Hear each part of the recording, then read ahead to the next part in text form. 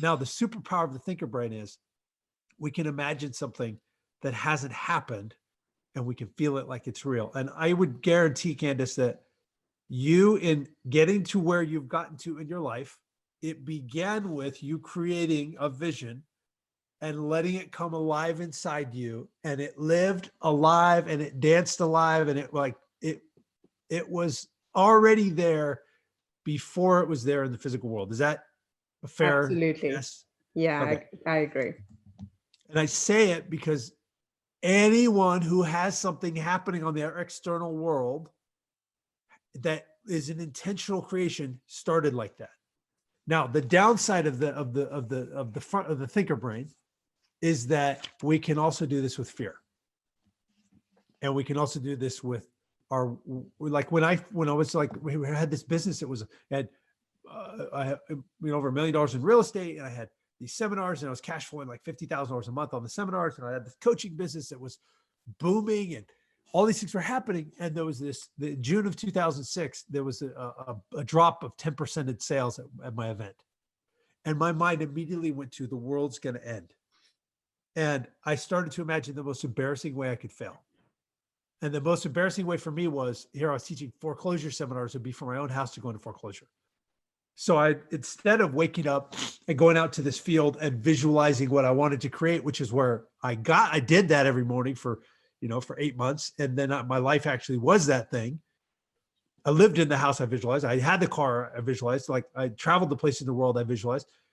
Instead, I'd wake up every morning and I would go into this place in the neocortex where I would feel how shameful I would feel if my own house went into foreclosure. And I got a letter from somebody from my own seminars saying, hey, you look, your house in foreclosure, I can help you, right? Because we would send letters to people in foreclosure. And I would imagine the 10,000 people that came through my events laughing at me, like be in the street around my house, like, ha, ha, ha, we knew you couldn't keep it.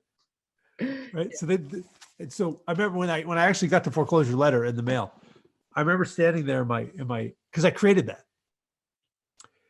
And I stood there in the street and I read this letter, and it was a shitty letter. I'm like, there was no way this was my student. Like, my student would have written a better letter than this. I taught them better. Like, my ego still needed to cling to something, right? And I remember like looking around the street and there was no one there. It's just me and my imagination of my own shame. And I created that. So the neocortex, amazing. And it also can be an Achilles heel. And during the times, Tony, like, before you move further, I almost don't I want to stick to this just for a second, because a question that then comes to my mind is there not a place for fear? Like, I almost feel as though, from a survival instinct perspective and from a place of, having achieved something, like for most people, right? There is a place for that healthy fear to step in. And I almost wonder, do people then, if they refuse to see the fear, I'd say, not go into the territory of perhaps spiritual bypassing? Is that not a possibility if we I don't want to engage with the fear, Yeah. So this is really interesting because fear is so essential.